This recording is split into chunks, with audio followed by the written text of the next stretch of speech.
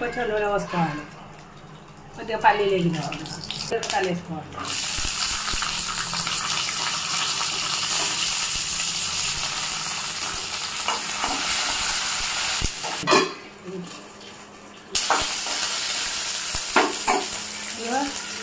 జీలకర్ర వేసుకోవాలి, కొత్తిమీర ధనియాలు వేసుకోవాలి,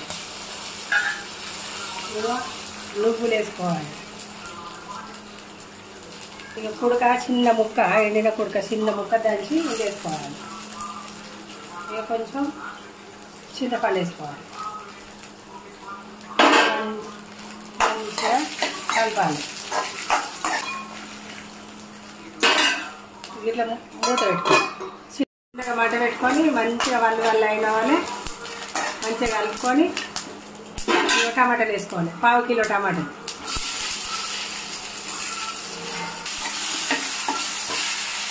కలుపుకోవాలి. చిన్నగా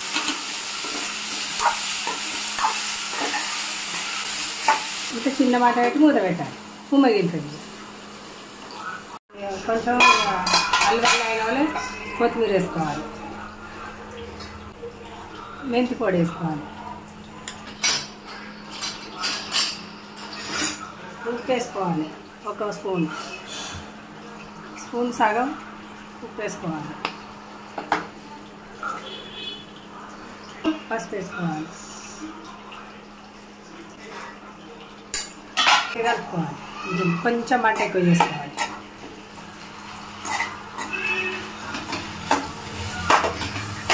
మంచిగా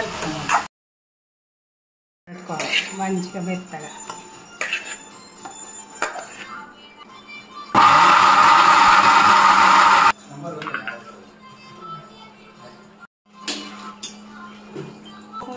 చట్నీ పోపెట్టాక నూనె,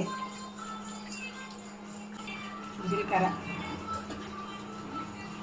ఆవాలు, ఎండిన మిరపకాయలు,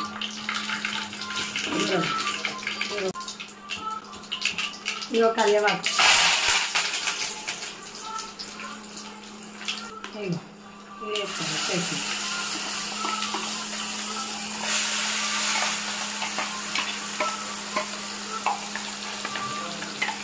ఒక 5 నిమిషాల నుంచి చేయాలి. 1 గిలాస ఊదలు, 1 గిలాస మినపప్పు అవి పొద్దుగాల నానబెట్టాలి. 11 గంటలకు నానబెట్టి రాత్రి 8 గంటలకు గ్రైండర్ పెట్టాలి. ఇట్లా పెడితే ఇక తెల్లారి వరకు ఇట్లా ఉంటుంది. ఇక 2 చెంచా 1 స్పూను ఉప్పు వేసుకోవాలి.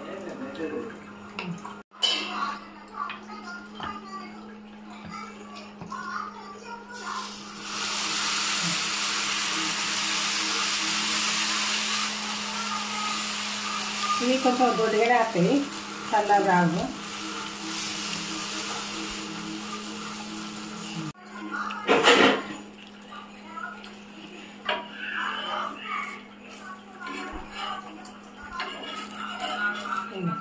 ఇట్లా మెత్తగా